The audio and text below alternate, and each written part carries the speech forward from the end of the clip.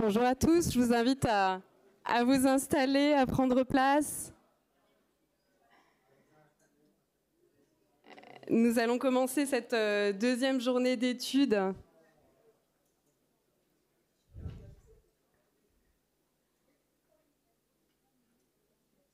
Voilà, Monsieur Sénan, si vous pouvez nous rejoindre. Deuxième journée d'études intitulée « Un musée dans un monument historique, regard croisé pour une ambition commune ». Je vous rappelle que ces journées sont organisées par le département de l'Isère, en partenariat avec la DRAC, Auvergne-Rhône-Alpes, et l'Institut national du patrimoine. Pour ceux qui nous rejoindraient aujourd'hui, le département de l'Isère organise ces journées car il gère un réseau de 11 musées, dont 8 sont installés dans des monuments classés ou inscrits. Et il dirige actuellement plusieurs projets de réhabilitation, de restauration de monuments historiques et de création de musées. Nous avons évoqué hier le projet de l'installation du musée de la Résistance et de la déportation au sein de l'ancien palais du Parlement, ou encore la création du musée de Vienne, sur lequel nous allons revenir. Caroline Dugan, je suis conservatrice du patrimoine au département de l'Isère et responsable du musée Champollion, qui est le dernier né des musées départementaux, qui a été inauguré en 2021. Et donc j'ai eu la chance de piloter sous l'autorité d'Aymeric Perroy le projet scientifique de cet établissement et d'accompagner le programme architectural muséographique de ce nouveau musée, depuis le diagnostic jusqu'à la livraison. Et donc, semble-t-il, c'est d'avoir survécu à cette expérience passionnante, cette course de fond, ce marathon, ce saut d'obstacles, je ne sais pas comment l'appeler, qui me vaut le privilège aujourd'hui d'animer la matinée et notamment la table ronde qui va suivre. Alors, comme pour la journée d'hier, je vous rappelle qu'une captation vidéo va être réalisée, des échanges. Nous accueillons en première partie 3 interventions. Je vous demanderai de bien vouloir garder en mémoire vos questions, puisque les échanges auront lieu à l'issue de ces 3 interventions. Et sans plus attendre, je vais laisser la parole à Emma Bouvard-Mort. Je vous invite à vous installer au pupitre. Donc, vous êtes conservatrice du patrimoine au service régional de l'archéologie au sein de la DRAC Auvergne-Rhône-Alpes. Et votre intervention, intitulée « Du chantier au musée », porte sur la conservation et la sauvegarde de l'étude, du patrimoine archéologique. Est-ce que vous avez besoin d'aide pour passer, peut-être échappe, peut-être, voilà. Et dans le dossier, vous devez avoir votre PowerPoint.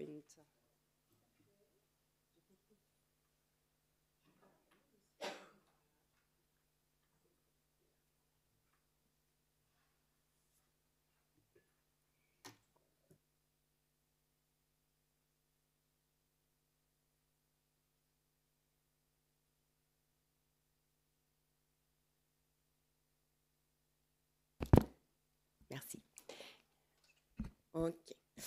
Donc, merci au département et aux organisateurs de ces journées d'accueillir le propos du service régional de l'archéologie sur les questions d'intégration de ces missions au sein d'un projet muséal intégré à un monument historique.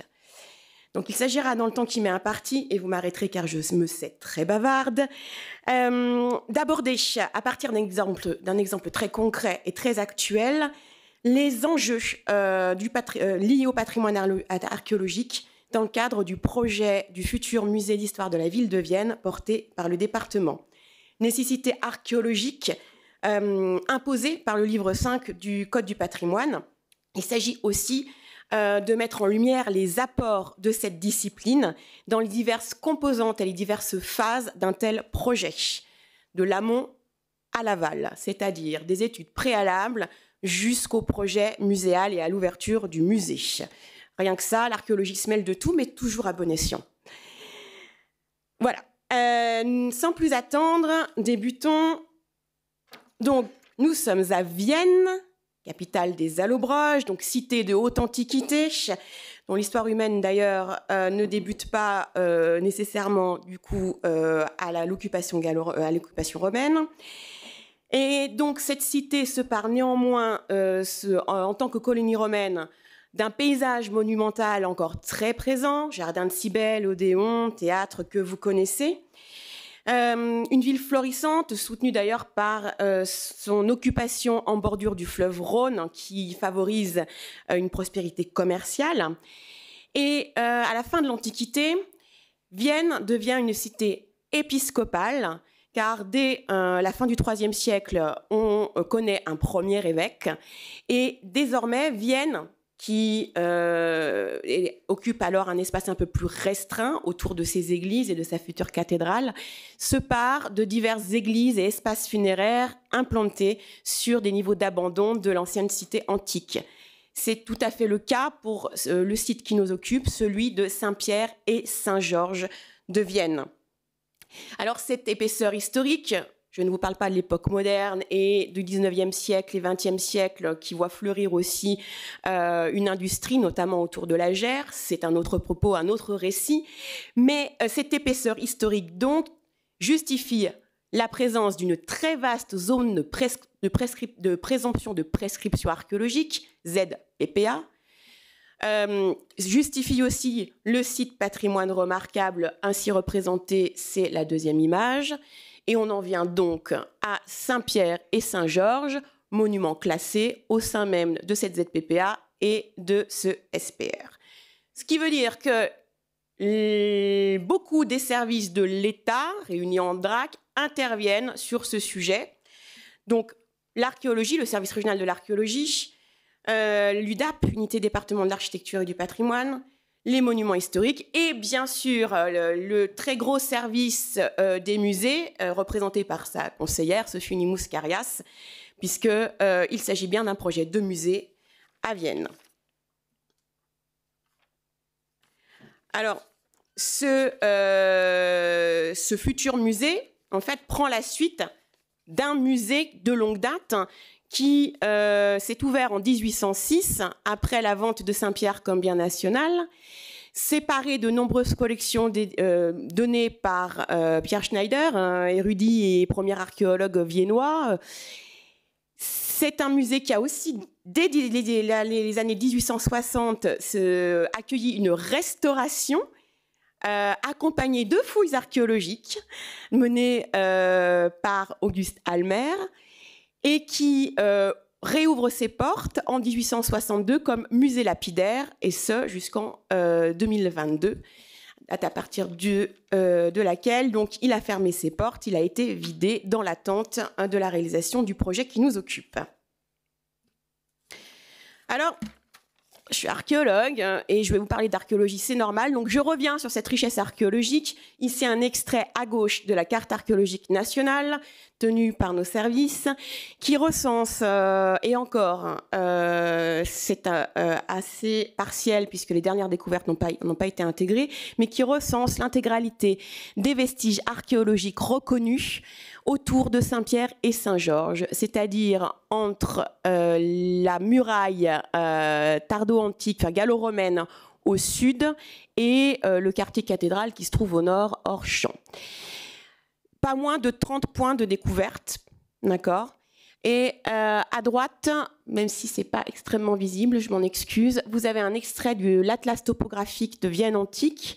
Donc c'est un projet collectif de recherche mené par Benoît Elie et repris cette année par Aurélie Monteil, qui permet d'avoir un visuel des différents linéaires et emprises des vestiges antiques de ce secteur, dont au nord de Saint-Pierre et à l'ouest, des linéaires qui représentent des égouts, des collecteurs et des espaces de voirie antiques, donc très présents sur ce secteur.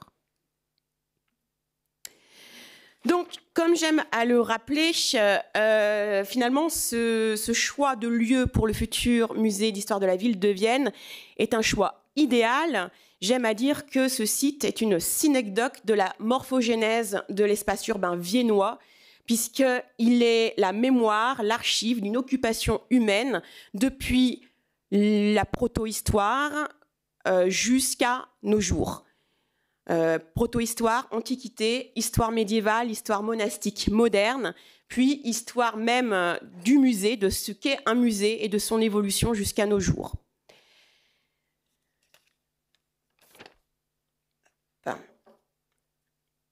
Alors, bien sûr, de telles initiatives, des musées en monuments historiques recevant des opérations d'archéologie préventive, ce ne sera pas le seul exemple dans l'histoire nationale et régionale.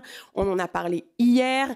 je me permets d'évoquer l'exemple du musée Gadagne à Lyon, un exemple vertueux s'il en est, puisqu'il a abouti à une publication, un DARA, un document d'archéologie Rhône-Alpes-Auvergne, qui a permis en fait de mettre en lumière non pas seulement les découvertes archéologiques, mais l'histoire de ce chantier, l'histoire de ce musée, et de faire parler tant la conservatrice d'alors, Simone Blasi, qui a un chapitre, qui donc a écrit un chapitre sur le nouveau musée, qui a donné aussi la plume au maître d'ouvrage, la ville de Lyon, au maître d'œuvre, Didier Replin, François Pin, et bien sûr aux archéologues du service archéologique de la ville de Lyon. Donc une œuvre totale qui a permis une valorisation par l'écrit dans une collection qui à la fois tend vers un grand public, mais reste toutefois spécialisée et suffisamment pointue pour les spécialistes. Voilà, donc c'est à mon sens quelque chose vers quoi il faudrait tendre dans l'idéal. Hier, on parlait de médiation et de dialogue, de canaux de médiation ouverts entre maîtres d'ouvrage, maîtres d'œuvre, la manière dont on fait valoir ces chantiers au public. On parlait de renseignement d'un chantier par des couvertures photographiques et des expositions. Il y a bien sûr aussi la publication avec l'apport de la science et de cette archéologie qu'on décrit souvent, qui bien sûr perturbe parfois les calendriers parce qu'on ne sait pas anticiper les délais de procédure. On est là pour ça, on est là pour aider. Et puis il y a les impondérables et les découvertes. C'est un projet itératif autour d'une ambition commune, mais l'itération se doit du coup d'accepter les ajustements pour ne pas que la précipitation nous mette face au mur. Alors je reviens sur justement cet intérêt patrimonial pour le site.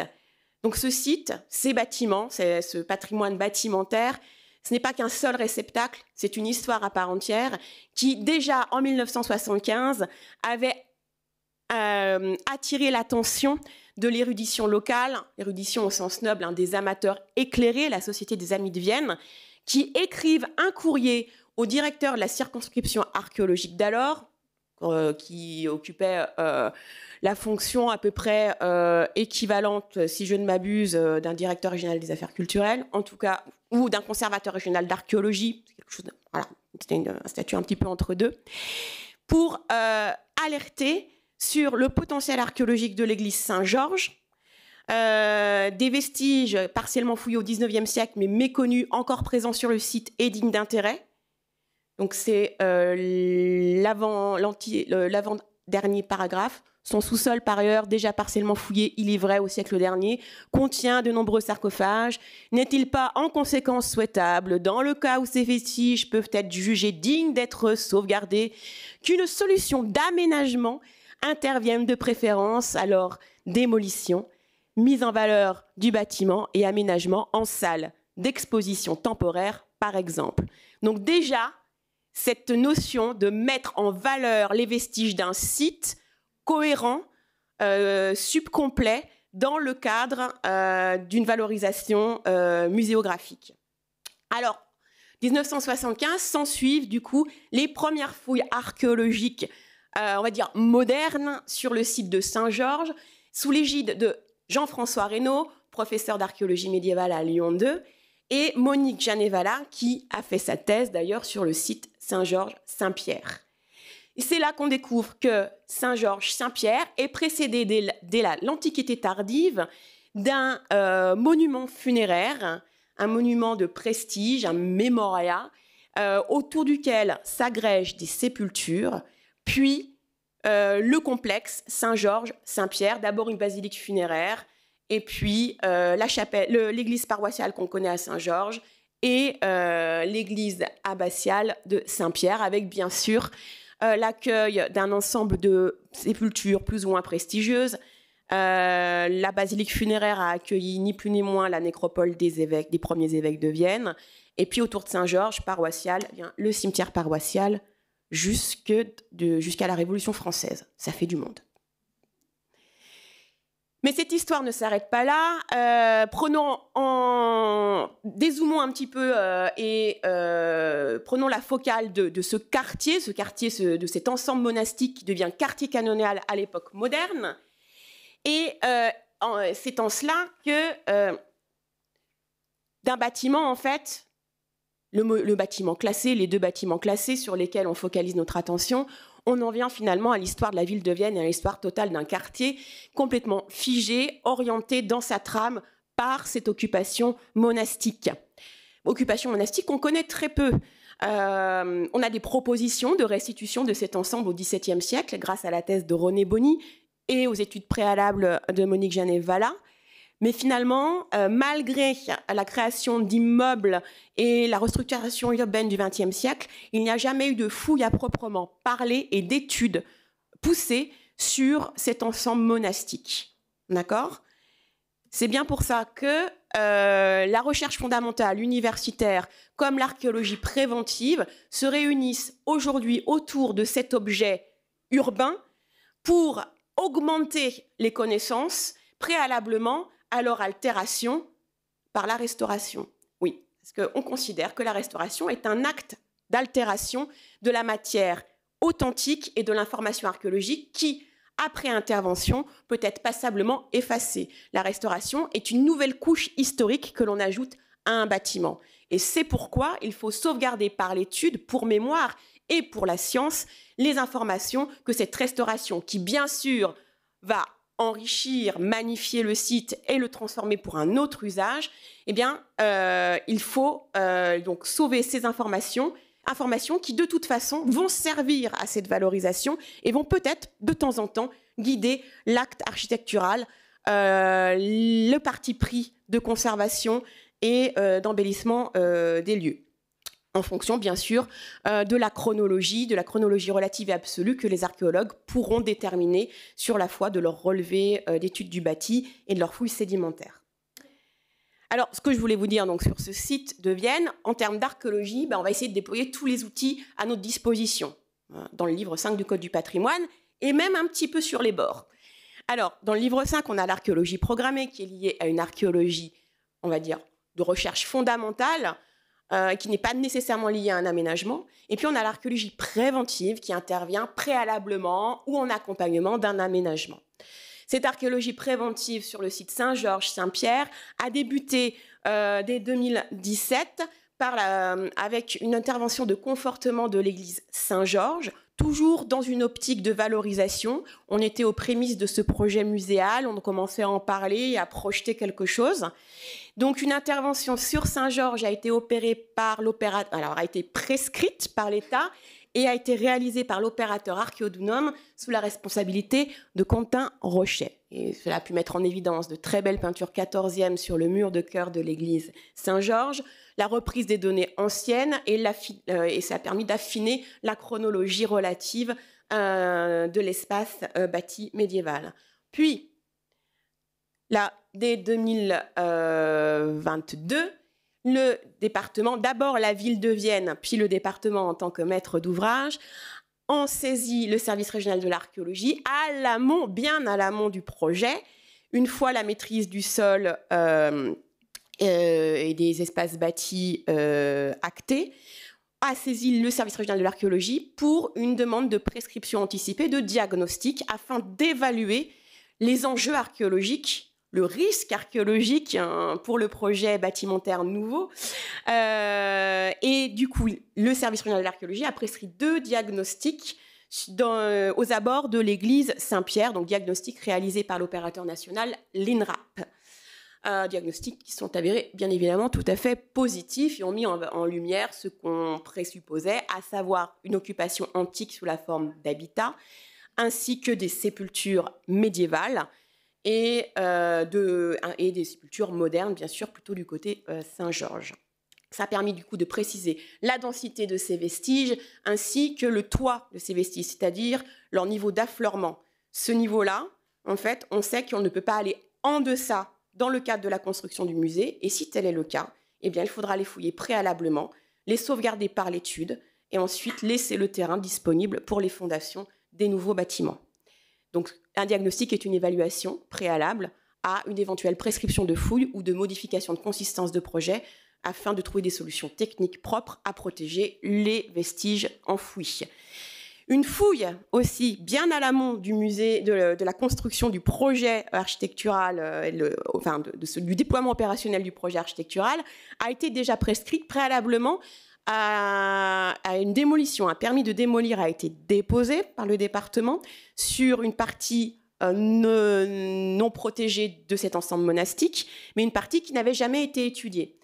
Ont été mis au jour, 3 minutes, des enduits-peints médiévaux que vous voyez en bas à droite du XIVe siècle, absolument méconnus, là où on pensait, d'après les travaux de René Bonny, avoir affaire à un réfectoire. On aurait plutôt peut-être affaire à une chapelle médiévale qui complète ainsi les données concernant ce site et sa trajectoire de longue durée. En plus de ces enduits-peints, on a découvert cette porte fin 15e, début 16e siècle, et qui va être intégrée au projet architectural, ce que m'a confirmé aujourd'hui Marine Guiton. Et c'est là une belle réussite de dialogue entre les différentes parties prenantes d'un tel projet. Je termine par ce mot d'ordre, l'anticipation, mais on va dire et l'expertise préalable avant de s'attaquer à un tel projet.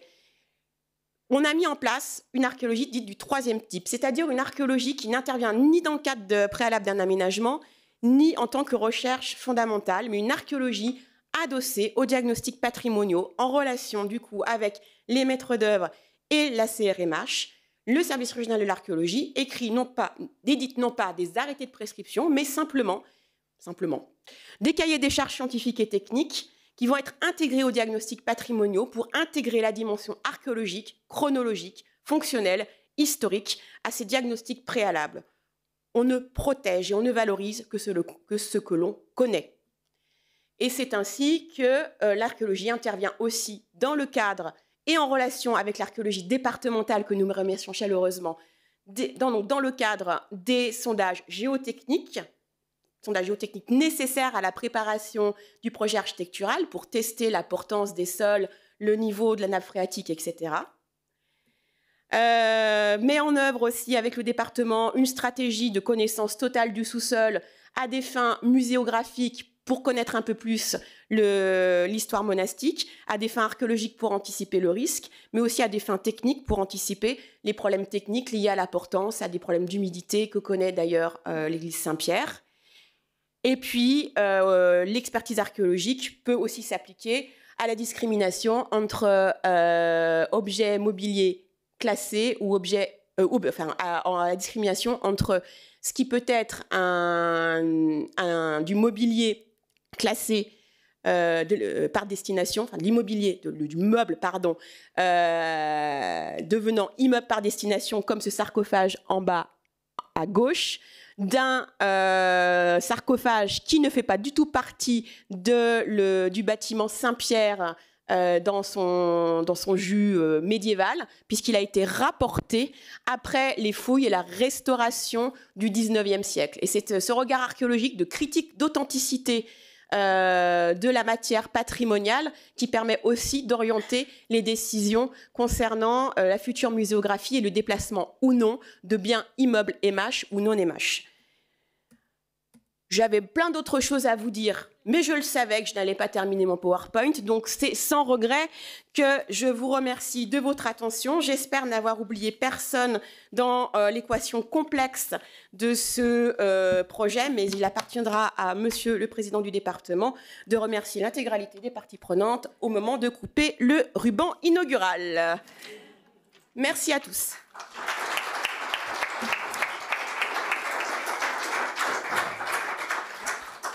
Merci Emma Bouvard-Mort pour cette très riche intervention qui montre bien toute la palette de l'archéologie. Et oui, vous pouvez regagner votre place. Et qui montre l'importance pour les porteurs de projets de bien prendre la tâche du service régional de l'archéologie en amont et de documenter effectivement toutes les trouvailles qui sont faites et de bien penser à les valoriser effectivement par des publications par la suite. On a vu ce temps long de l'accompagnement des services de l'archéologie. Nous recevons maintenant Franck Sénan, directeur régional adjoint délégué en charge des patrimoines à la DRAC Hauts-de-France. Et vous allez, à travers votre intervention, aborder les rôles et les fonctions des musées installés dans les monuments historiques à partir d'exemples de cette région. Je vous laisse la parole. Merci, bonjour à toutes et toutes. Je vais essayer, par mon propos, de vous démontrer qu'un monument historique, ce n'est pas quelque chose qui doit faire peur. J'ai entendu hier, quand nous avons visité les jardins du musée dauphinois, que le projet de restauration avait suscité beaucoup d'inquiétudes dès le départ, puisque le jardin était protégé au titre des monuments historiques. Et en fait, on ne savait pas trop comment appréhender, apparemment, une intervention dans ce type de jardin, d'édifice, je dirais. Et en fait, les monuments historiques sont très nombreux sur le territoire. On intervient tous les jours sur des monuments historiques. Et donc, si les services peuvent parfois inquiéter, je vous assure qu'une bonne collaboration amène toujours à des projets de très grande qualité et fructueux. Donc, on va essayer de démontrer que les MH, ce ne sont pas que de vilains fonctionnaires qui empêchent de faire les choses, mais bien au contraire, qui accompagnent des beaux projets partagés. Donc, je vais essayer d'illustrer mon propos avec des exemples de la région des Hauts-de-France, d'où je viens. Et je terminerai également par la diffusion d'une capsule vidéo, puisque en DRAC Hauts-de-France, nous essayons de valoriser au sein du pôle patrimoine l'action et les métiers de la DRAC à travers des capsules vidéo sur des opérations de restauration assez variées, dont celle du château de Chantilly, ô combien célèbre, et avec une problématique qui nous concerne de plus en plus depuis quelques mois, quelques années, qui est celle de la transition énergétique. Et les monuments historiques ne dérogent pas à cette problématique de la transition énergétique et deviennent vraiment un point de réflexion extrêmement important aujourd'hui au sein des services, et en particulier dans les DRAC. Dans l'intitulé de mon propos, c'est vrai que j'ai souhaité distinguer deux approches. Il y a le monument historique dans son cadre général, mais nous concernant plus précisément aujourd'hui sur la thématique de ces journées d'études, le musée. Moi, j'y vois deux points, deux axes en fait. Le musée qui devient un monument historique, bâtiment conçu musée, mais qui, du fait de son intérêt pour l'art et l'histoire, puisque ce sont les considérants d'un monument historique, devient un monument historique, et à l'inverse, le monument historique qui devient musée. Et vous verrez que là, ce sont vraiment deux approches qui se croisent et qui sont assez différentes, puisque le propos sur le monument historique reste l'axe majeur des services, évidemment. Et je rappelle souvent que la ligne de conduite au niveau de la conservation régionale des monuments historiques, c'est toujours bien se rappeler les considérants. Alors, qu'est-ce que c'est que les considérants? C'est ce qui a fait un monument historique. C'est-à-dire que quand un édifice présente un intérêt, qu'il est étudié pour être présenté devant une commission, on y trouve des considérants qui sont celui de l'art et de l'histoire.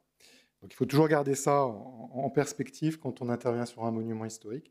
Et vous verrez que, évidemment, il y a les projets, il y a les programmes, mais que voilà, ce fil conducteur doit toujours être en mémoire, le considérant, pourquoi est-ce que c'est un monument historique et comment ce monument historique doit évoluer dans son environnement. Voilà, donc c'est ce que j'expliquais précédemment. Donc, qu'est-ce qu'un monument historique? Alors, c'est très varié un monument historique. Aujourd'hui, on est là pour parler des musées, mais si je prends le cas des Hauts-de-France, les monuments historiques, on en a à peu près un peu plus de 3000. Évidemment, on a de l'archéologie, on a Bavay, que vous connaissez certainement, un des sites majeurs.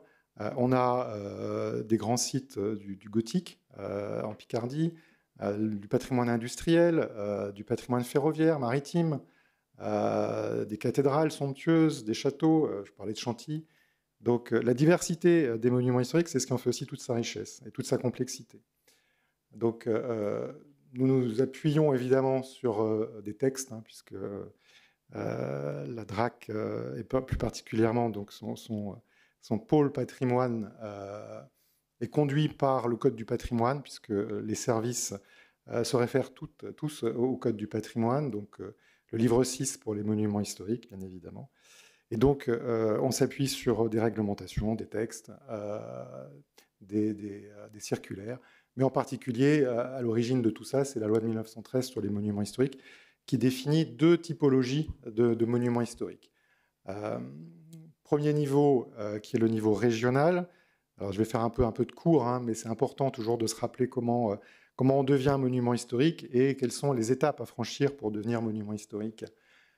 Donc, je vous disais, il y a d'abord l'intérêt que peut susciter un édifice. Alors, il va être présenté proposé par une association en particulier. En fait, tout citoyen peut déposer un dossier de demande de protection au titre des monuments historiques qui sera ensuite étudié par la DRAC. Une fois qu'il est reçu, cette saisine est reçue par la DRAC, donc le dossier est étudié au sein de la conservation régionale des monuments historiques par des collègues qui sont des chargés d'études et ils vont constituer un dossier documentaire qui sera présenté devant une première commission, qui est la commission régionale, la CRPA, Patrimoine et Architecture, qui va proposer un avis devant une commission de sachants, un avis qui sera proposé au préfet de région. Et donc, le premier niveau monument historique, c'est l'inscription. C'est l'intérêt par rapport à un territoire défini qui est celui de la région. C'est la première strate monument historique. Et évidemment, le Graal, c'est de passer au classement. Sur les monuments historiques en France, il y en a à peu près 40 000. Et on considère qu'il y a un tiers de classés et 2 tiers d'inscrits. Donc, la commission peut émettre un vœu de classement. Et à ce moment-là, le dossier est présenté devant une commission nationale au ministère de la Culture à Paris. Et c'est cette commission qui propose un avis, cette fois-ci, au ministre de la Culture, qui décide ou pas de passer à ce niveau supérieur. Alors, quand on a un édifice qui est classé monument historique, quand on est propriétaire d'un édifice qui est protégé, hein, inscrit ou classé, donc on a des obligations, des devoirs, évidemment, et on doit respecter un tas de règles et de cadres que l'administration veille à la bonne gestion, dont l'administration veille à la bonne gestion, mais également, il y a un accompagnement. Et ça, c'est fondamental de rappeler quand même que les services de l'État sont là aussi pour accompagner les propriétaires de monuments historiques dans leurs différentes démarches. Le rôle en DRAC des différents services liés au patrimoine, je rappelle le service régional de l'archéologie, la conservation régionale des monuments historiques, mais également le service des musées, comme nous on appelle service des musées de France en région, également le conseiller pour l'architecture. À un moment donné, tous ces services peuvent se croiser sur un projet de monument historique, et en particulier quand il s'agit d'un musée. On le verra un peu plus tard. Donc une fois que l'édifice est protégé au titre des monuments historiques, l'objectif c'est de le conserver.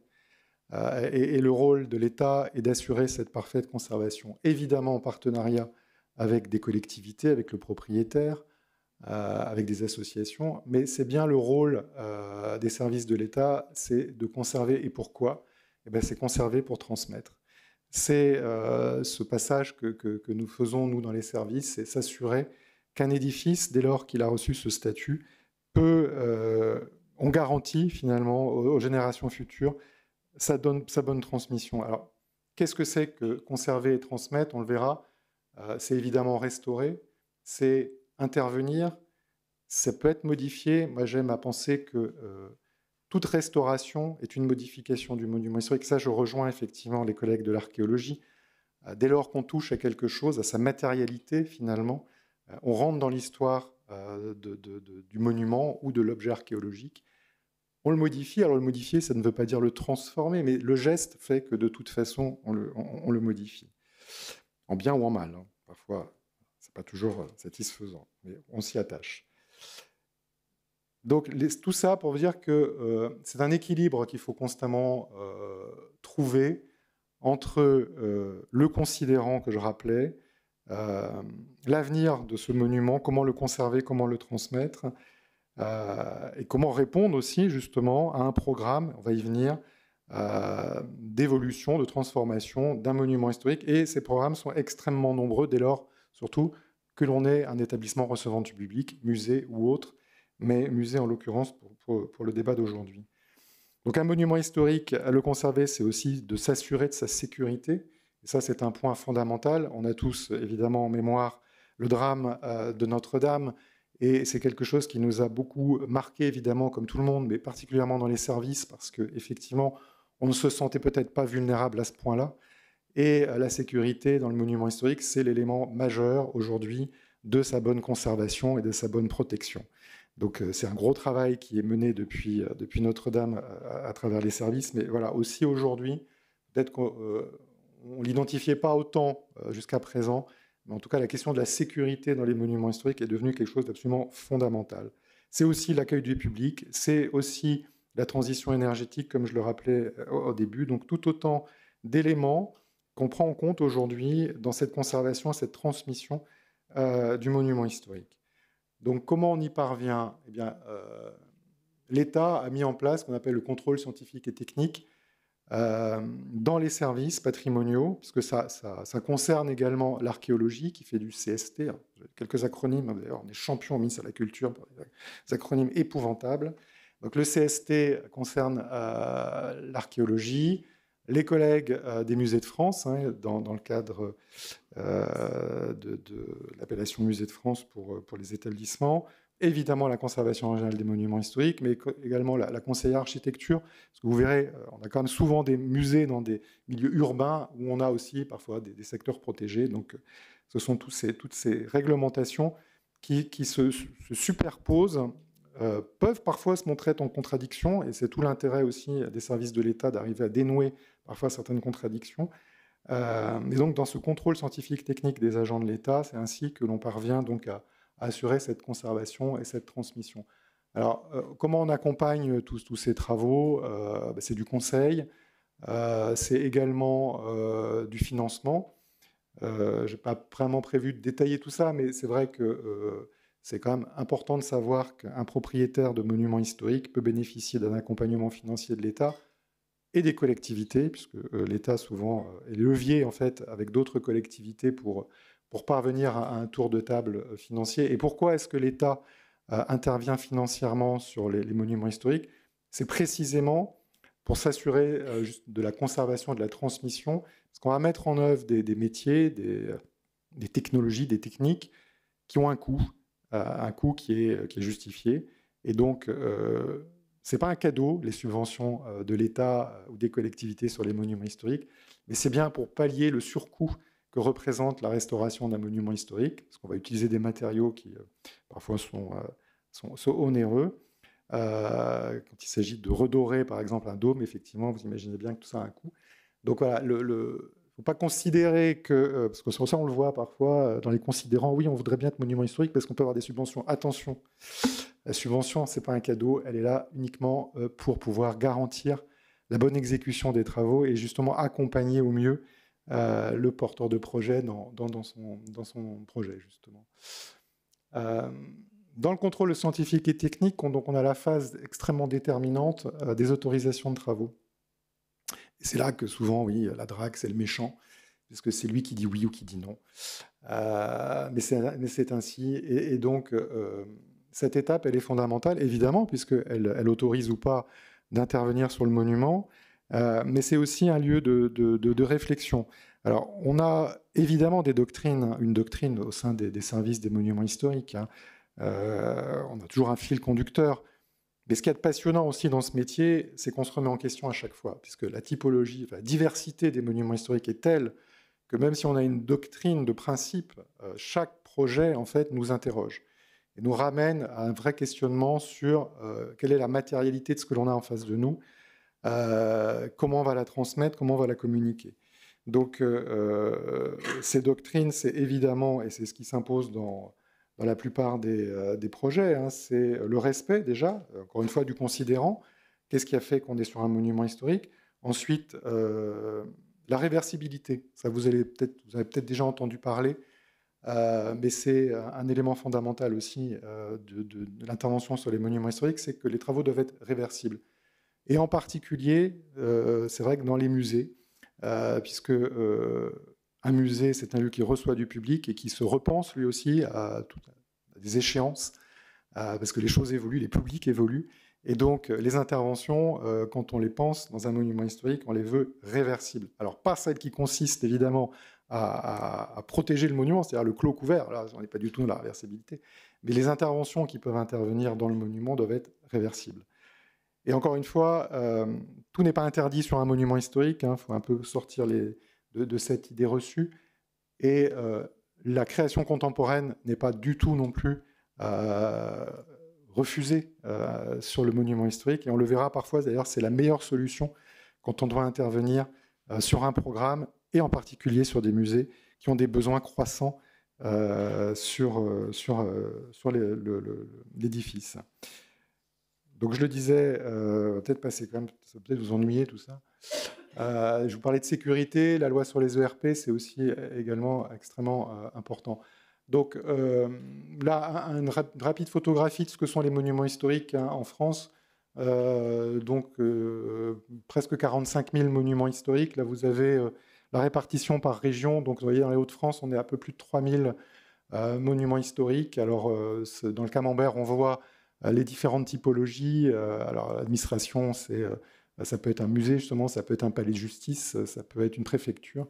L'architecture domestique, donc c'est tout ce qui relève des châteaux, des manoirs, des fermes, des hôtels particuliers, le funéraire, l'architecture militaire, grand sujet, puisque nous avons beaucoup de patrimoine militaire en France. C'est pas vrai? Bon, d'accord. Je suis pire que l'archéologie, en fait. Bon, là, les exemples dans les Hauts-de-France, donc je voulais vous montrer, justement, à travers mon propos, un édifice remarquable qui est le Palais des Beaux-Arts de Lille, donc un édifice 19e siècle par deux architectes de célèbres, dont l'édifice, l'établissement a eu besoin de s'agrandir. Et il n'y avait pas la place nécessaire dans ce palais. Donc le projet contemporain a été la solution. Et cette lame de verre et d'acier que vous voyez à l'arrière de l'édifice qui a été construite en 1991 donc par deux architectes également, qui est un véritable miroir au Palais des Beaux-Arts, a permis de regrouper dans cette lame en fait, les services, les bureaux, les réserves, les ateliers, pour vraiment laisser le Palais des Beaux-Arts à sa vocation initiale, c'est-à-dire celle de recevoir des collections. Donc là, on est vraiment dans le musée qui devient monument historique. C'est-à-dire on a gardé la vocation initiale, hein, c'était très important parce que ça faisait partie des considérants du monument historique, et on a extrait donc les nouveaux services, les besoins d'aujourd'hui dans un bâtiment contemporain qui fait écho, qui fait miroir à ce remarquable édifice.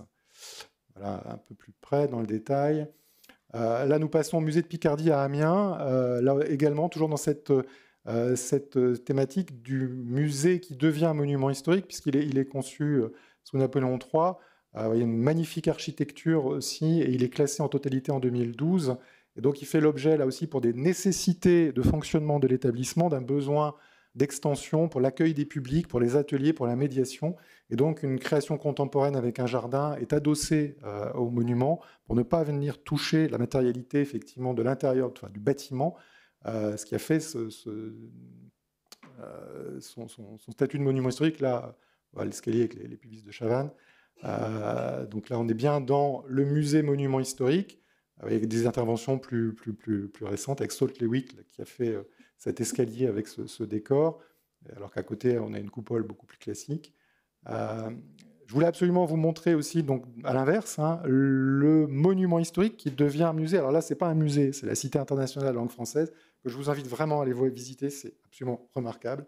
Olivier Wetz, architecte en chef des monuments historiques, qui restaure, voilà, avant-après, cet édifice absolument somptueux de la Renaissance, François Ier. Donc là, on a l'aile sud. Et donc, l'intervention contemporaine, c'était pour l'accueil des publics, ça a été évidemment de couvrir la cour du Jeu de Paume. Là, Olivier West, l'architecte en chef, a réalisé cette magnifique verrière qui permet justement, dans un espace très vaste, d'accueillir les publics et les orienter vers les différentes salles de la cité. Vous voyez la verrière en place aujourd'hui. Alors, dans la complexité des projets, j'ai voulu souligner celui-ci aussi, qui est très récent, c'est Voincher l'architecte qui a remporté ce projet dans les Hauts-de-France à Abbeville, le musée Boucher de Perthes-Manesquier, qui, alors lui, là on accumule tout, hein. On a de l'archéologie, l'UNESCO, du site patrimoine remarquable, un monument protégé, monument historique. Donc là, vous voyez le monument au centre, c'est le beffroi, et l'architecte est venu en fait entourer ce beffroi pour le futur musée. Alors, il existe un musée aujourd'hui, mais qui va être déconstruit. Et voilà, l'intérêt de ce grand projet, c'est bien de garder le monument historique comme pivot du projet, et ensuite d'y amener toute la modernité du nouvel établissement qui j'espère verra le jour, parce que là pour le coup on a de grosses fouilles archéologiques qui vont peut-être aussi modifier le projet, parce qu'on ne sait pas très bien ce qu'on va trouver dessous, mais on sait qu'il y a beaucoup de choses dessous. Voilà un beau projet qui, vous voyez, musée monument historique. Et le dernier, c'était juste pour parler justement de la maîtrise d'œuvre. Alors le maître d'ouvrage doit absolument toujours s'entourer d'une maîtrise d'œuvre adaptée, c'est-à-dire que architecte du patrimoine, architecte en chef des monuments historiques, c'est fondamental. Donc là, c'est le musée de Valenciennes qui est musée, qui est devenu monument historique il y a juste 1 an et demi. Et donc là, je voulais juste vous montrer le travail de l'architecte du patrimoine qui a travaillé sur l'ensemble des éléments constituant le bâtiment. Le PSC était déjà en cours, mais finalement, le fait de passer au statut monument historique n'a pas tellement modifié le projet, parce qu'il y a eu une bonne concertation entre les services. Voilà, donc ça, c'était juste pour donner un exemple de projet architectural qui prend en compte une analyse du bâti, tout en respectant les attentes du Musée de France, mais aussi ceux du monument historique. Donc en conclusion, moi ce que je voulais souligner, c'est que dans un projet monument historique musée, il ne faut pas s'interdire. En revanche, pour que ça fonctionne bien, il faut mettre en place dès le départ une très bonne comitologie entre le maître d'ouvrage, le maître d'œuvre, les partenaires et les services de l'État, quels qu'ils soient. Pour moi, c'est vraiment le pivot pour qu'on arrive à un projet qui ne soit pas bloquant. C'est vraiment cette écoute et cette comitologie qui est fondamentale. Et pour terminer, si on a encore le temps, bon, merci.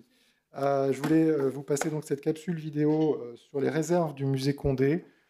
Alors, on était parti dans une approche assez classique des réserves, parce qu'un musée, c'est aussi des réserves, et c'est aussi un monument historique.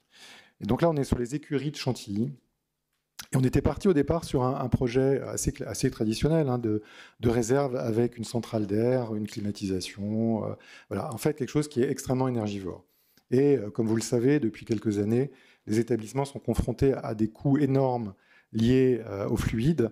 Et donc, s'est posé immédiatement la question, mais comment régler, puisqu'on en est encore en phase projet, la question des réserves d'un tel musée que celui de Chantilly, pour éviter d'avoir des surcoûts énergétiques. Et finalement, l'approche a été, par le monument historique et son inertie, de trouver une réponse neutre, on va dire, dans le monument, qui n'a pas d'impact sur le monument historique, il n'y aura pas de centrale de traitement de l'air.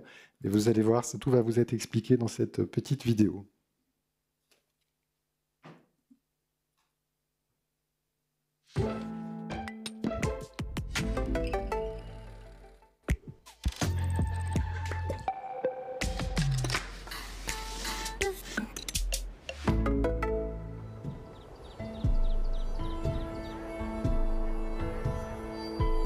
Nous nous trouvons au sein du musée Condé, qui est l'un des plus importants en France en termes d'art ancien. C'est une collection qui a été réunie au XIXe siècle par Henri d'Orléans, duc d'Aumale, le fils du roi Louis-Philippe, qui a été le plus grand collectionneur de son temps. Depuis 1898, c'est un musée ouvert au public, c'est un musée public dépendant de l'Institut de France et qui rayonne par ses collections et par son patrimoine très riche. Le domaine de Chantilly dans son ensemble comprend un deuxième musée qui est le musée vivant du cheval, qui est logé au sein des grandes écuries du XVIIIe siècle, qui est un musée vivant avec une compagnie équestre, avec des équidés, mais aussi qui offre toute une partie culturelle autour des collections qui explorent les relations tissées entre l'homme et le cheval à travers les âges et les civilisations. Croître ici au sein du château, dans les soubassements, dans les greniers, dans des conditions de conservation qui n'étaient pas du tout optimales. Le musée Condé de Chantilly devait absolument aménager de nouvelles réserves pour préserver ses collections. Et il a choisi pour ça les combles des grandes écuries du château, à centaines de mètres d'ici. Dans un bâtiment du XVIIIe siècle, avec une inertie des murs, et notamment dans les 2 étages qui surmontent le musée du cheval, des étages qui ne sont pas accessibles au public, qui n'étaient pas destinés au développement du musée et qui vont permettre sur près de 500 mètres carrés de conserver les réserves ici du musée. On a, pendant quelques mois ou quelques années, pensé à créer un bâtiment ex nihilo ici, dans le parc ou dans le vaste domaine de Chantilly. On s'est rendu compte que ce qui était le moins coûteux, le moins énergivore, le plus éco-responsable, c'était finalement d'utiliser le riche patrimoine bâti de Chantilly, notamment au sein des grandes écuries, ce bâtiment qui est quasiment plus grand que le château lui-même. On s'est rendu compte qu'en fait, avec assez peu de moyens, on arrivait à avoir un climat tout à fait acceptable pour la conservation des œuvres qu'on voulait mettre dans cet espace-là.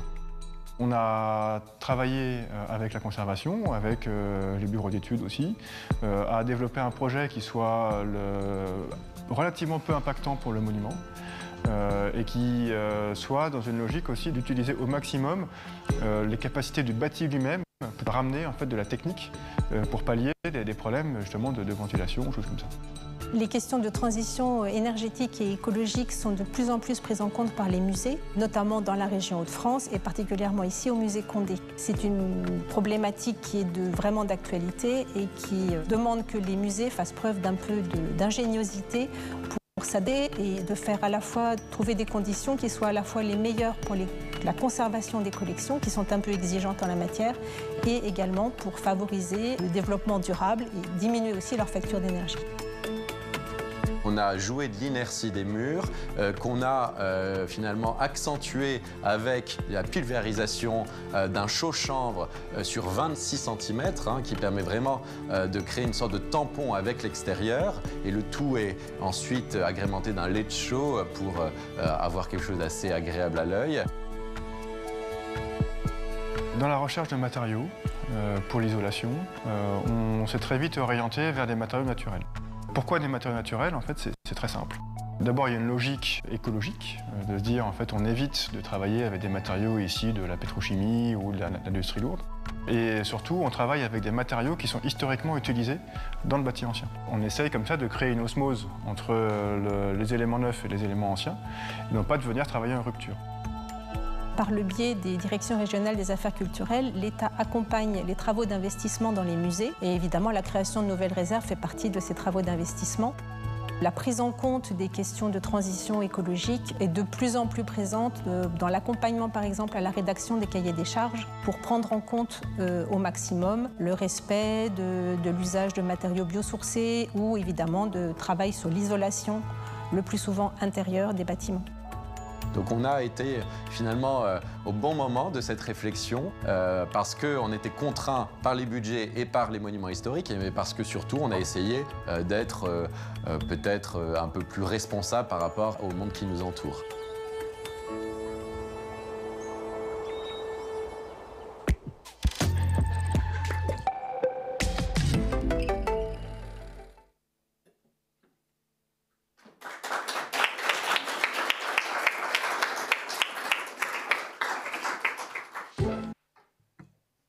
Merci pour votre intervention. Vous avez bien rappelé ce qui était très utile, le cadre légal, les procédures de classement, d'inscription et le contrôle scientifique et technique de l'État. Et puis tous ces exemples de la région Hauts-de-France étaient vraiment très édifiants, notamment celui des réserves de Chantilly. Nous accueillons maintenant Florence Raymond. Bonjour, vous êtes chef de la conservation et de la médiation au musée de l'Hospice Comtesse, musée d'art et d'histoire de Lille, et vous allez, pour apporter de l'eau à notre moulin, nous parler du projet scientifique et culturel que vous dirigez. Je vous laisse la parole. Merci de cette invitation aux organisateurs, département de l'Isère, l'INP, la DRAC Auvergne-Rhône-Alpes, et de l'eau au moulin. Oui, c'est merveilleux comme transition, puisque Lille était une île, c'est bien là son étymologie, et que dans ce domaine qui est celui du musée de l'Hospice Comtesse, aujourd'hui, il y avait en effet un moulin qui apportait son rythme et son économie aussi à un ancien complexe hospitalier que je suis ravie de de vous présenter aujourd'hui, non pas avec, non sans modestie, puisque hier nous avons eu l'occasion d'apprécier les réalisations qui ont été menées parfois sur plusieurs décennies. Et aujourd'hui, au musée de l'Hospice Comtesse à Lille, nous sommes au tout début. Nous réamorçons une réflexion autour du PSC de l'établissement, de son PSBC, qui devrait, dans l'année qui vient ou le début de la suivante, être les premiers à être déposés. Je vois le regard malicieux de notre directeur adjoint de la DRAC Hauts-de-France, qui connaît l'ampleur de ce beau sujet. Peut-être rappeler, puisque nous sommes à 800 km de ce sommet, si j'ose dire, septentrional, le contexte des musées de Lille, musées municipaux, qui s'articulent autour de 3 institutions. La première étant, dans sa construction 19e, le Muséum d'histoire naturelle de Lille, qui est dirigé par Judith Parmaguin, qui va entamer son chantier, qui a entamé son chantier de rénovation le mois dernier, et qui espère une réouverture en 2026-2027, après 200 ans de fondation, 202 ans de fondation dans cette qualité architecturale qui, à l'origine, catégorisait beaucoup la manière dont on pouvait appréhender le vivant. Le Palais des Beaux-Arts, qui a déjà été mentionné hier et aujourd'hui, qui, dans son architecture 19e, remonte à 1892, est un peu plus jeune que le musée d'histoire naturelle, a bénéficié, comme cela a déjà été souligné, d'une rénovation que j'ai beaucoup aimée pendant les 10 ans au cours desquels j'ai pu y travailler, et qui a planté le Palais des Beaux-Arts dans un dimensionnement européen dès les années 1997. Le tour viendra, bien sûr, pour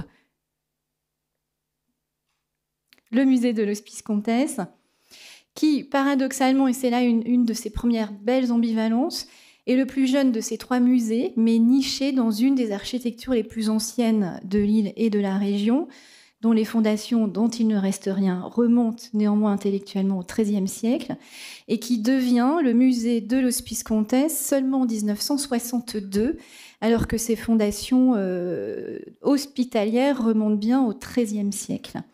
Niché dans un ancien complexe hospitalier, avec une densité architecturale que vous devinez jusqu'à présent, et qui s'engage, notamment avec l'arrivée de notre nouvelle directrice, que je salue à distance, Juliette Singer, qui a pris son poste le mois dernier pour la direction du Palais des Beaux-Arts de Lille et du musée de l'Hospice Comtesse, de repenser, j'allais dire une nouvelle fois, vous le comprendrez pourquoi, un projet d'avenir pour ce musée qui, sans doute, l'attend depuis longtemps. L'Hospice Comtesse prend place dans un quartier qui lui-même a fait sa révolution depuis une 50aine d'années, sans aller vers Dickens et Zola. Le vieux Lille d'il y a 50 ans était un coupe-gorge au sein duquel peut-être vous ne seriez pas venu visiter. Aujourd'hui, un quartier devenu le plus touristique de Lille, gardant une densité urbaine et proposant, malgré sa gentrification importante, une mixité sociale qui est particulièrement interrogée dans le cadre du projet d'avenir du musée. Les surfaces d'habitation sont les plus petites de Lille dans ce quartier, 27% de logements sociaux. Toute cette couleur permet justement d'interroger évidemment le rôle social du musée de l'Hospice Comtesse. Cette comtesse, qui est-elle? Parce que finalement, elle n'est pas nommée. Il y a une rue Comtesse qui serpente juste à côté du musée. Il s'agit bien de Jeanne de Flandre ou de Jeanne de Constantinople. C'est bien la même femme. Donc il y a aussi une difficulté à identifier quelle a été cette fondatrice.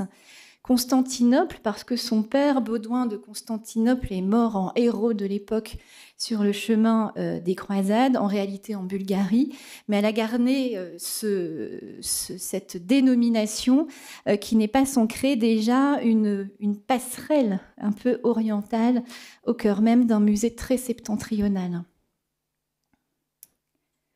Donc Jeanne de Flandre fonde ce lieu ancien hôpital, puis hospice, puis orphelinat en 1237. Celui-ci soutient sa fonction, son usage à travers les siècles. Pendant 750 ans, l'usage premier du soin pour les plus pauvres, les plus malades et les passants est sauvegardé jusqu'en 1939, date à laquelle les portes de l'hospice justement ferment ses portes. L'orphelinat qui avait été implanté plusieurs décennies auparavant, lui ferme ses portes dès 1922, au moment même où l'idée du classement de cet ancien complexe hospitalier est en train d'émerger. Autre beau paradoxe aussi du lieu, aujourd'hui le visiteur voit un beau tiers de la surface disponible. En réalité, c'est 4500 mètres carrés d'espace, si on compte les cours, et il y en a 2 de ce domaine. 70 000 œuvres, notamment gonflées merveilleusement par le fond photographique et de cartes postales qui disent de l'évolution d'une région architecturale, histoire sociale, de manière très, très importante. Ce qui fait qu'aujourd'hui, comme beaucoup d'entre nous, mais nous présentons moins de 1% des collections au sein du musée. Un musée qui, grâce aussi à son programme d'exposition temporaire, accueille entre 100 et 150 000 visiteurs par an, dont un beau tiers de visiteurs étrangers, une des proportions les plus importantes des musées lillois, dont la couleur aussi des nationalités a évolué depuis le Brexit, puisque le public anglais n'est plus le premier à visiter le lieu, puisque c'est bien le public néerlandophone. C'est un aspect très important pour nous qui représente le premier de nos visiteurs étrangers. Voilà une vue de ce qu'était le musée avant d'être musée. C'est une notion qui a été joliment abordée hier. La salle des malades, qui porte bien son nom, a été jusqu'à l'aube du XXe siècle le dortoir, puis le réfectoire des orphelins et des vieux hommes qui étaient ici recueillis. Vieux hommes ou bleuets, donc plutôt le genre masculin soigné dans ce lieu. Rassurez-vous, les femmes lilloises étaient elles aussi recueillies. Mais dans un autre hospice, le soin n'était pas mixte. C'est aussi une dimension intellectuelle assez intéressante par rapport à l'épaisseur historique de ce lieu. Les voici, les bleuets qui, pendant plusieurs siècles, ont été accueillis au sein de l'Hospice Comtesse, bleuets du nom de leur uniforme que là vous voyez noir charbonneux, mais qui est d'un bleu assez spectaculaire pour qu'ils deviennent leur surnom. C'est toujours assez intéressant de revoir aussi des visages de ceux qui ont habité, dans leur cas jusqu'à leur majorité, dans l'ancien hôpital Hospice Comtesse. Je vous le disais, le classement au titre des monuments historiques intervient à partir de 1923 pour les bâtiments 15e et 17e siècle, qui sont nombreux au sein du domaine, à une époque où on comprend que l'orphelinat, le pensionnat, vient de fermer ses portes. Donc il y a déjà un sursaut, je dirais, d'intérêt pour cet ancien complexe hospitalier, qui va se poursuivre avec un classement complémentaire en 1991 des façades, toitures de l'ensemble des bâtiments autres du 15e et du 17e siècle. Et tout à fait logiquement, le propriétaire des lieux n'est pas la ville de Lille, mais bien le CHRU de Lille, ancien hôpital. Il était logique que le propriétaire 20e siècle des murs soit l'hôpital contemporain qui, dans le cadre d'un bail amphithéotique signé en 1943, met à disposition de la ville de Lille la totalité des espaces, charge à elle de l'entretenir dignement et d'ouvrir les portes du lieu à un futur musée d'art et d'histoire de la ville, puisque c'est là l'enjeu que vous citiez en préambule. Si le nom de l'Hospice Comtesse ne mentionne pas le nom de la fondatrice, il ne dit pas non plus qu'il est le musée d'art et d'histoire de Lille. Donc vous l'avez compris, c'est un questionnement pour nous aujourd'hui et demain. Faut-il changer de nom, le confirmer absolument? Je crois que nous avons quelques belles heures de discussion devant nous sur le sujet.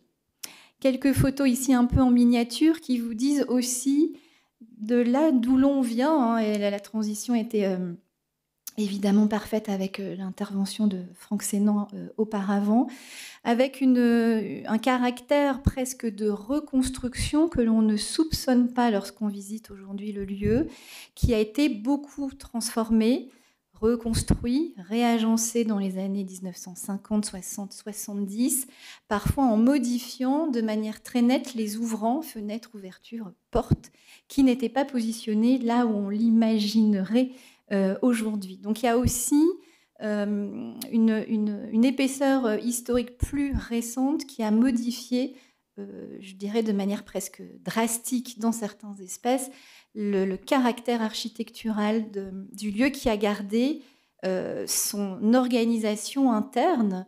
L'hôpital-l'hospice était un lieu de protection à l'origine, dont il n'était pas facile de sortir par ailleurs. Donc une autre belle ambivalence aujourd'hui pour un musée qui doit ouvrir grand ses portes au plus grand nombre.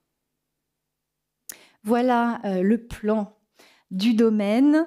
Les parties vertes sont celles que vous pouvez visiter aujourd'hui et qui s'articulent, vous le voyez, à un schéma urbain plutôt triangulaire, construit autour de deux cours, une cour d'honneur et une cour dite secondaire, et qui permet, chose rare, à ce lieu implanté au cœur du quartier historique de la ville, de rayonner sur 4 rues de typologies assez différentes et qui elles-mêmes vont évoluer dans le futur grâce au réaménagement de l'avenue du peuple belge, qui attend une mise en herbe, j'allais dire, une végétalisation et une durabilité plus importante qu'aujourd'hui. Vous le voyez à peine, mais croyez-moi, ce qui est aussi assez intéressant lorsqu'on crée son rapport d'étonnement au début d'un projet, c'est le fait de nommer toujours et encore, et c'est bien normal, les salles par leur ancien usage. Nous parlons de cuisine, de réfectoire, de parloir, d'appartement, de lingerie, et évidemment que ce sont aussi des intitulés qui peuvent interroger le positionnement de nouveaux usages, ou qu'on croirait nouveaux, mais qui ont toujours existé dans une organisation de ce type. Voilà la cour intérieure de l'Hospice Comtesse, qui cache derrière ses murs au badigeon jaune et rouge les 70 000 œuvres que nous avons mentionnées précédemment, qui s'organisent autour d'une dizaine de fonds, fonds qui oscillent entre la notion de beaux-arts, art majeur, art mineur, si on peut encore employer ces catégories, je n'en suis pas certaine, et un fonds résolument ethno et issu aussi d'une réflexion porté par Georges-Henri Rivière dans les années 1950 en matière d'art et tradition populaire des Flandres. Donc un fonds ethnographique d'enseignes de marionnettes particulièrement intéressant qui vient compléter des fonds peut-être plus attendus de peinture d'art graphique, mais aussi plus étonnamment un fonds assez merveilleux d'instruments de musique, reflet aussi des métiers qui donnaient vie à ce quartier d'artisanat qui a été longtemps ce que l'on ne met pas encore le Vieux-Lille, mais le cœur de l'île. La réactivation du PSC depuis un an nous a permis aussi de retravailler les positionnements antérieurs du musée, qui est finalement un musée assez récent, dans un lieu qui, nous le partageons quasiment tous, n'a pas été pensé pour être un musée, mais un lieu d'hospitalité, qui concerne autant celui qui reçoit que celui qui est reçu, dans son étymologie assez intéressante aujourd'hui. Et dès les années 1962 jusqu'à aujourd'hui, il y a eu une sorte d'oscillation entre une logique beaux-arts, au cœur d'un monument historique, à sauvegarder, à transmettre, avec aussi des partis pris en matière de musée d'ethnographie, de musée du folklore des Flandres, un terme autour du folklore qui ne nous manque pas aussi d'animer nos réflexions. Un vocabulaire presque dépréciatif du côté français pour nommer folklore, alors que nos voisins belges, au contraire, assument tout à fait autrement ce nom de folklore dans l'intitulé de leurs musées, parfois les plus récents. Donc, nous n'avons pas les Alpes à Lille, nous n'avons pas de frontières géographiques, et c'est sans doute aussi un des enjeux de caractérisation du lieu, notamment dans son futur.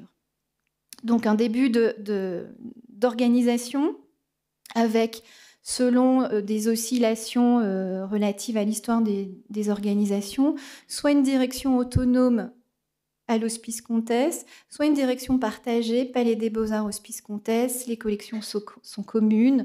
En grande partie, il y a évidemment une pertinence à pouvoir dialoguer au quotidien sur ces sujets.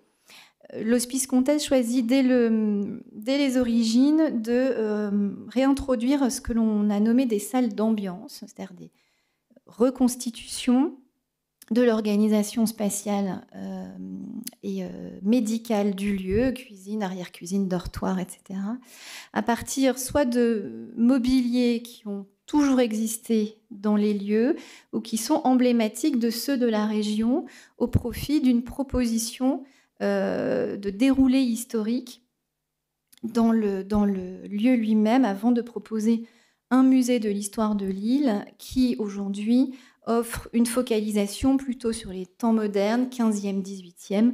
Or, il s'est passé des choses avant. Nous n'avons pas la même archéologie qu'à Vienne, à Lille. Néanmoins, il y a des choses. Et puis, après le 18e, beaucoup de transformations ont eu lieu dans la région. On sera très heureux dans le futur de pouvoir les partager davantage auprès du public. Oui, j'ai presque fini. Une vue de la chapelle du lieu qui a été désacralisée et qui offre à rythme régulier des expositions temporaires en lien soit avec les artistes de la région, soit avec la Biennale d'art contemporain Lille 3000, soit un choix de valorisation des collections patrimoniales du musée qui, vous l'aurez compris, sont plutôt en réserve qu'en salle d'exposition.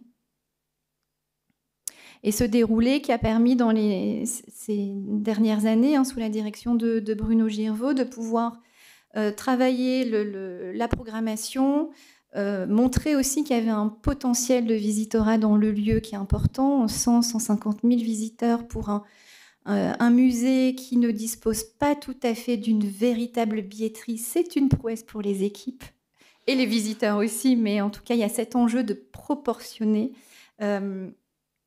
un lieu à son ampleur architecturale diverse, l'ampleur de ses collections, de rendre plus proportionnel, ce qui, on le sait, n'est pas simple, de pouvoir aussi offrir un musée de ville à la mesure de toutes les autres, et elles sont belles et nombreuses dans la partie septentrionale de l'Europe. Et le musée de ville porte aussi une forme de révolution, en tout cas de transformation dans beaucoup de villes françaises. Se posera sans doute évidemment la question de l'introduction d'une histoire en objet. Faut-il un parcours chronologique? Est-ce possible avec le bâti dont nous disposons?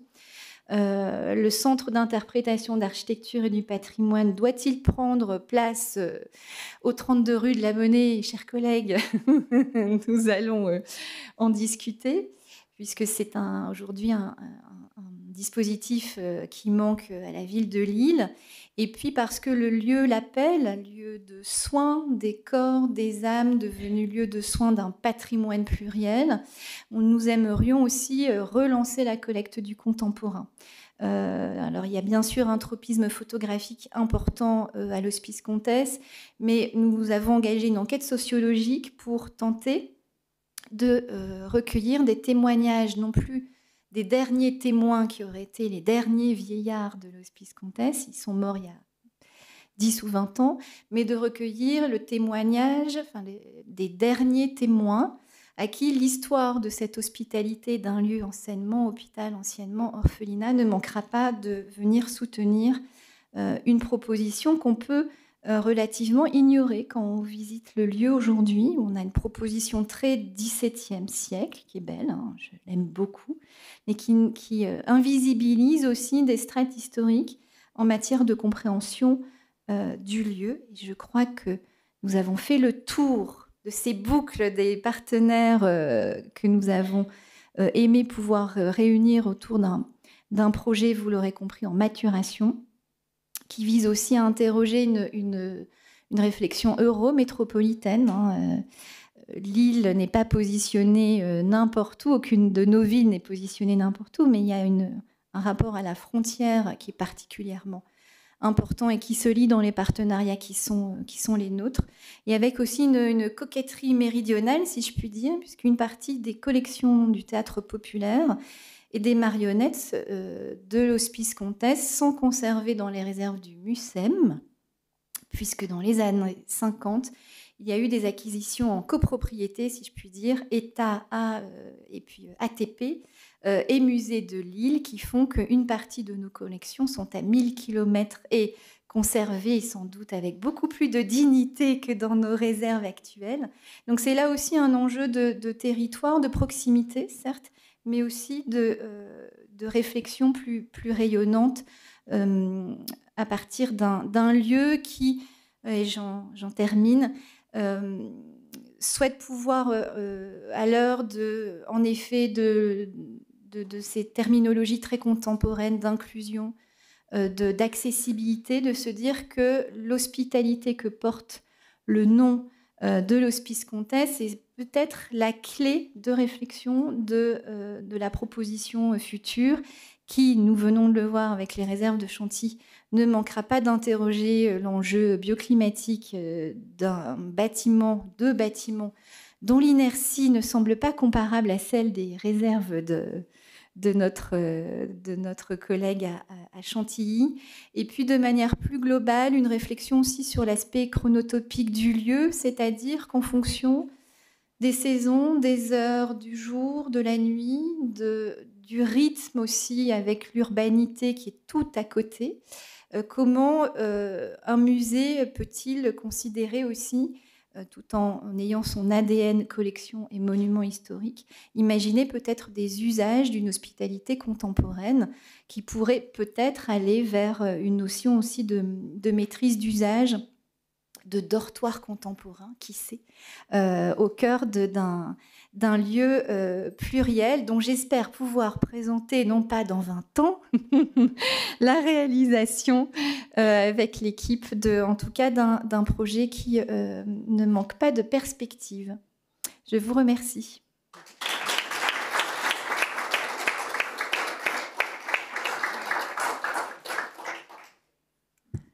Merci Florence Raymond pour cette belle métaphore filée de l'hospitalité. Hein. Oui. On voit bien comment l'humain s'impose au cœur de votre PSC avec un projet participatif. Merci beaucoup. Merci. Nous avons pris un petit peu de retard, mais on va quand même prendre quelques questions. En avez-vous ?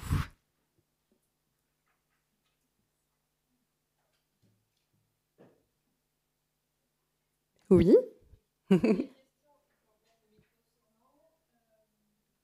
Merci. J'ai une question pour la première intervention en archéologie. Vous avez parlé de l'exemple de Vienne et diagnostic archéologique qui a été fait en 2022 avant les études de maîtrise d'œuvre.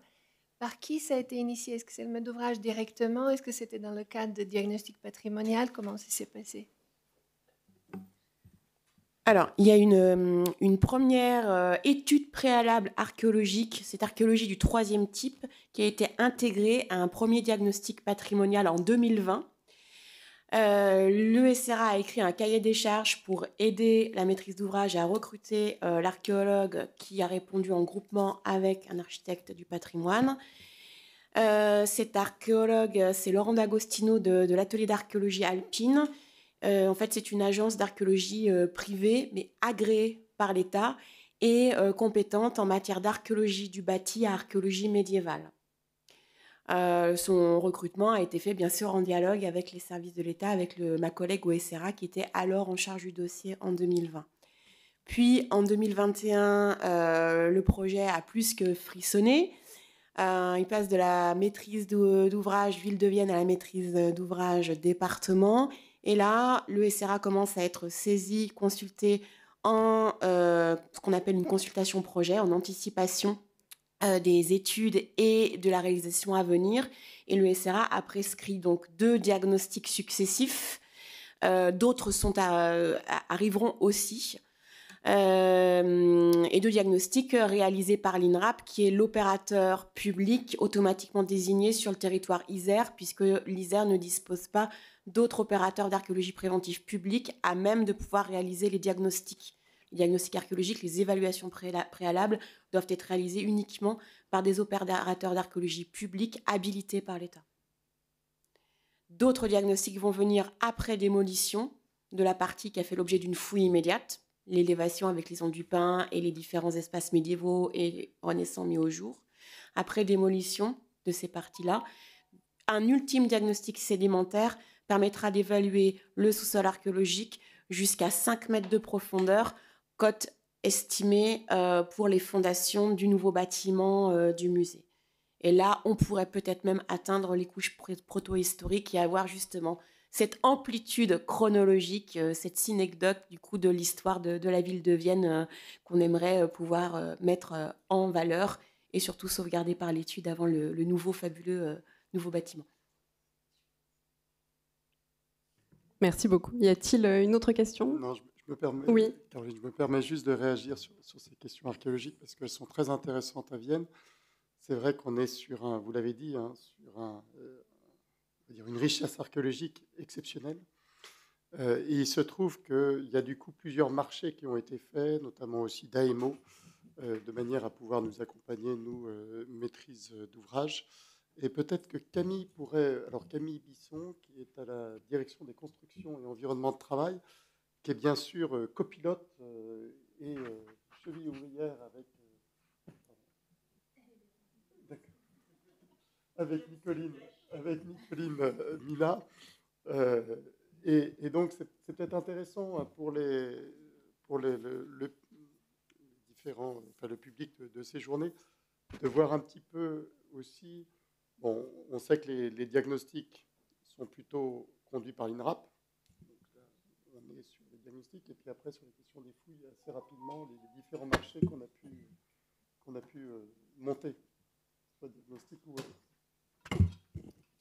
Oui, effectivement, pour les marchés, il a fallu être un petit peu ingénieux pour essayer d'anticiper au maximum toutes ces questions archéologiques qu'on sait qu'elles vont arriver et qu'il va falloir mener. Donc, par exemple, on est en train de monter donc, un marché d'AMO archéo pour anticiper ces fouilles préventives préalables à la construction du musée afin de monter un accord cadre à bon de commande. Donc, sans prescription. Donc, on essaye d'anticiper tout ce qui est possible et inimaginable sur le site, en espérant que ça fonctionne, pour avoir, au moment de la prescription, directement le bon opérateur avec les bonnes compétences pour pour gagner ce temps d'appel d'offres et pouvoir mener à bien, dans le calendrier restreint qu'on a, la construction du musée. Donc c'est une opération un peu complexe où il y a beaucoup de partenaires, des AMO, donc l'archéo. Il y a aussi cette opération qu'on est en train de mener de front avec tout la côté conservation des monuments historiques et les recherches archéologiques qui s'entremêlent et qui sont en train d'être lancés. Et c'est pareil, c'est des marchés à répétition, donc il faut tout anticiper. C'est vrai que c'est très intéressant, c'est prenant, mais voilà, c'est un challenge et c'est assez... franchement, ça motive beaucoup. Donc voilà, donc il a fallu être ingénieux pour réussir à mener tout de front, l'archéologie, le monument historique, anticiper les fouilles préventives qui arrivent. Et donc voilà, on cherche plein de pistes et on est toujours sur le fil.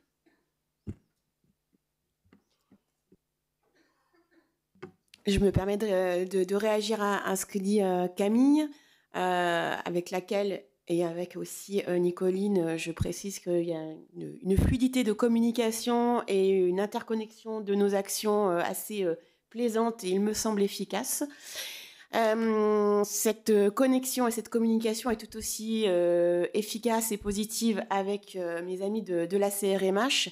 Et c'est aussi dans cet esprit un petit peu art total, de respect et d'écoute des différents corps de métier et des différents enjeux, qu'effectivement, dans le cadre de diagnostics patrimoniaux complémentaires, qui du coup ont trait aux matériaux de l'église Saint-Pierre et des églises Saint-Pierre et Saint-Georges, mortier, enduit-pain, menuiserie, etc., que sur la proposition de la DRAC, CRMH et SRA, un cahier des charges a été écrit par le SRA pour recruter un archéologue conseil qui permet aux prestataires plutôt liés à l'étude des matériaux et à la restauration d'orienter leurs prélèvements, leurs échantillons en fonction de la complexité stratigraphique et chronologique du site, qui, je le rappelle, en fait, débute au 5e siècle pour le bâtiment et dont l'histoire est encore en cours.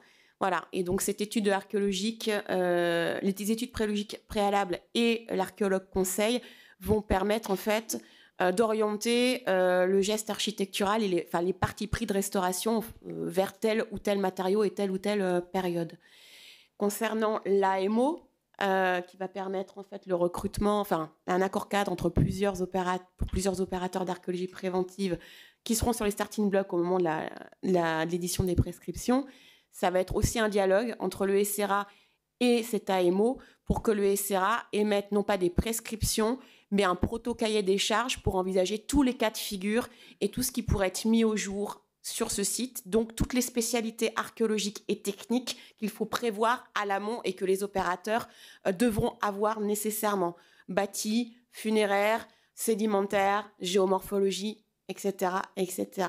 Enfin, et je n'ai pas eu le temps de le dire, et c'est là qu'il me semble important aussi d'intervenir, en dehors des services de l'État, de la maîtrise d'ouvrage et de la maîtrise d'œuvre, il est important, notamment en vue d'alimenter le contenu scientifique et culturel du musée et de valoriser au plus grand nombre, de faire intervenir la recherche scientifique régionale, tout un écosystème, un biotope avec des compétences de haut niveau en enduit-pain, en histoire médiévale, en archéologie médiévale.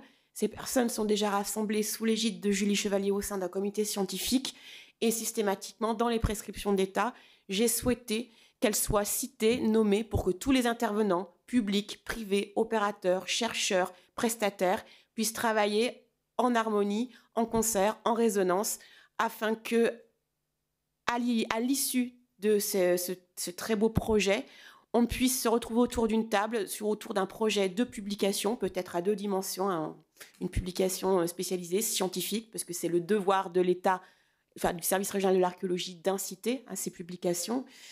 Si le savoir n'est pas partagé, il ne sert à rien.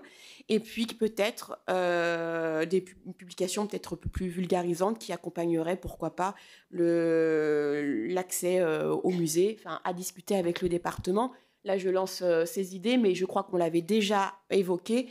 Mais voilà, moi, j'ai à cœur de veiller à cette bonne coordination de l'archéologie dite préventive, professionnelle, des services de l'État et de tous les acteurs, et surtout vraiment cette dimension recherche qui outrepasse le seul cadre opérationnel du projet. Je vous remercie. Je vous remercie pour toutes ces précisions. J'en réfère à Aymeric Perroy.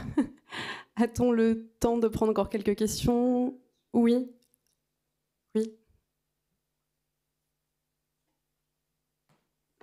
Bonjour.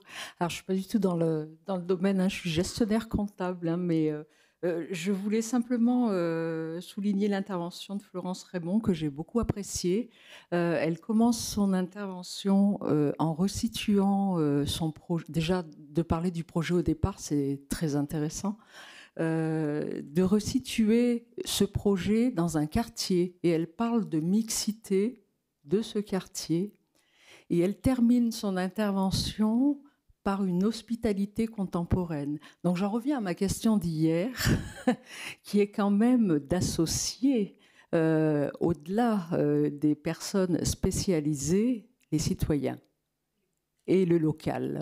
Merci. Oui, merci de votre remarque. Je suis effectivement très curieuse de voir le développement de ce projet d'hospitalité contemporaine, de dortoir contemporain. Vous reviendrez nous expliquer. Y a-t-il une autre question?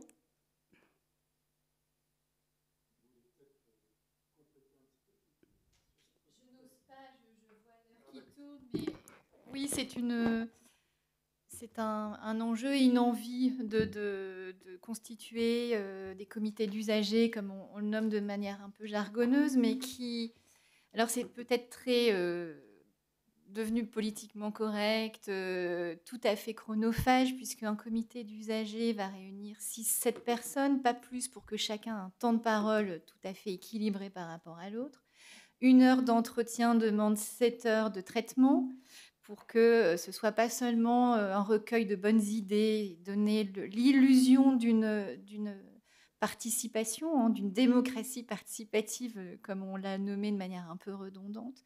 Donc c'est un processus assez long, assez engageant, qui ne va pas toujours offrir des transformations spectaculaires, mais plutôt une transformation en douceur, une sorte de révolution douce, si on peut le dire ainsi, et qui va interroger vraiment davantage, en tout cas dans ma pratique personnelle, je ne voudrais absolument pas généraliser, mais permettre de transformer des usages en décatégorisant aussi les tranches d'âge, les catégories socio-professionnelles, pour se rendre compte qu'un tout jeune de 12 ans ou une personne plus âgée, quelles que soient leurs pratiques culturelles différentes en fonction de leur âge et de leurs origines, peuvent se rejoindre sur certains besoins dans un lieu comme le nôtre.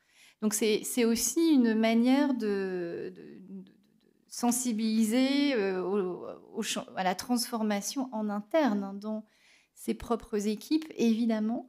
Ça veut dire se rendre disponible quand l'autre est disponible. Donc plutôt le soir, plutôt le week-end. Donc vous imaginez ce que cela peut représenter. Et donc d'arriver à transformer le bénéfice de ces temps-là dans une réflexion un peu au long cours. Il ne s'agit pas d'imaginer des transformations un peu étincelantes, mais je crois à cette pratique. Ouais. J'ai fait une réponse trop longue. Non, c'est parfait, merci beaucoup. Prend-on une courte pause de 5 minutes? Oui, je vous demanderai d'être disciplinés. Donc nous reprenons à 11h10.